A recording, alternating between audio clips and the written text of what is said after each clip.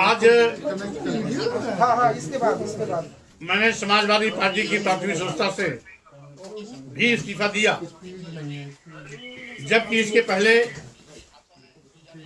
12 फरवरी 2024 को समाजवादी पार्टी के राष्ट्रीय श्री अखिलेश यादव से मेरी वार्ता हुई थी कि कुछ लोग पार्टी में ऐसे भी हैं जो समाजवादी पार्टी विचारधारा के साथ उलटवासी चल रहे हैं, समाजवादी पार्टी को कमजोर करने की कोशिश कर रहे हैं।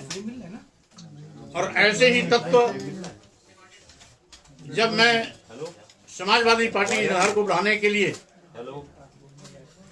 कोई भी प्रयास करता हूं तो लोग टीका टिप्पणी करते हैं। और उसी वार्ता को मैंने 13 फरवरी 2024 को पत्र के माध्यम से भी लिखित रूप से अवगत कराया, लेकिन इन दोनों घटनाक्रम के बावजूद भी राष्ट्रीय अध्यक्ष जी द्वारा जब किसी प्रकार की अग्रिम कोई विचार विमर्श नहीं की गई, वार्ता भी नहीं की गई, तो मैंने प्राथमिक सदस्य से भी इस्तीफा देने का निर्णय लिया। आज प्राथमिक सदस्य से इस्तीफा का पत्र मैंने राष्ट्रीय अध्यक्ष जी को भी भेज दिया।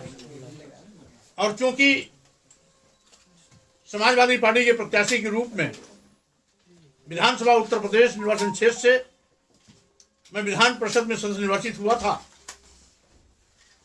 इसलिए नैतिकता के आधार पर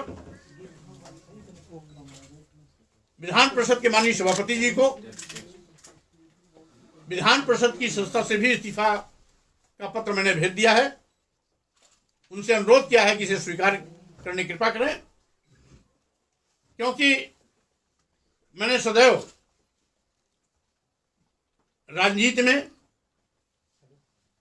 इस देश के दलितों, आदिवासियों, पिछड़ों, अकलियत समाज के लोगों, गरीबों, मजलूमों और किसानों की समस्याओं को प्राथमिकता दी है।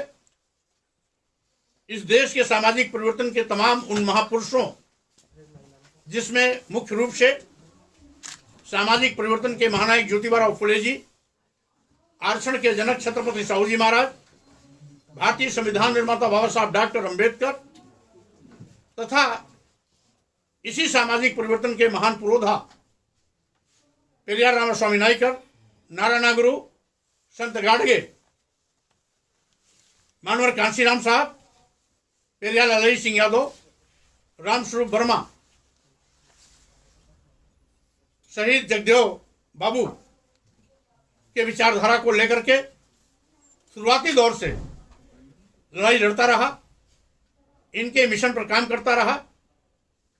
और इस विचारधारा तथा मिशन में जब भी कोई आड़े आया, वो कितनी भी बड़ी शख्सियत क्यों न रही हो, उससे टकराने में भी मैंने कभी गुरेज नहीं किया।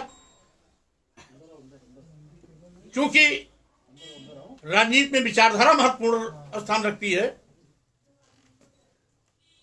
पद का कोई माने नहीं होता है। मैंने विचारधारा के लिए पद छोड़ी है, कुर्सी छोड़ी है, कभी नेता विरोधी दल का पद छोड़ा, कभी एक नहीं इसके पूर्व और वर्तमान में भी राष्ट्रीय महासचिव का पद छोड़ा, कभी विधायक पद से इस्तीफा, एमएलए के पद से इस्तीफा दिया, तो कभी एमएलसी के पद से इस्तीफा दिया।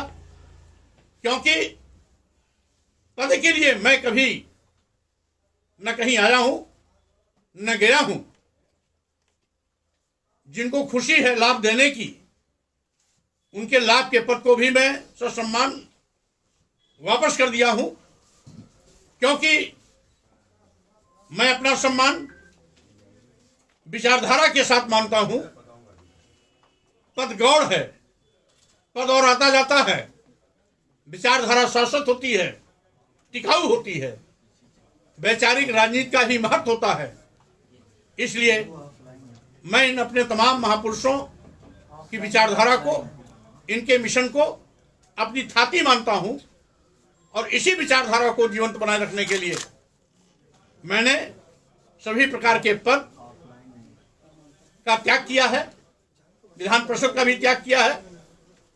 अब आने वाली 22 फरवरी 2024 को दिल्ली के तालकटोरा स्टेडियम में कार्यकर्ताओं के साथ समागम होगा, जहां पर आगे की दिशा तय होगी, नई पार्टी का ऐलान होगा और कोशिश होगी इस विचारधारा पर चलते हुए इस देश के गरीबों, दलितों, आदिवासियों, पिछड़ों, अल्पसंख्यक समाज के लोगों के सम्मान स्वाभिमान की रक्षा करने के साथ साथ सत्ता शासन में हिस्सेदारी सुनिश्चित कराने में मैं कामयाब हूं। ऐसी चाहत के साथ मैं कदम आगे बढ़ा रहा हूं।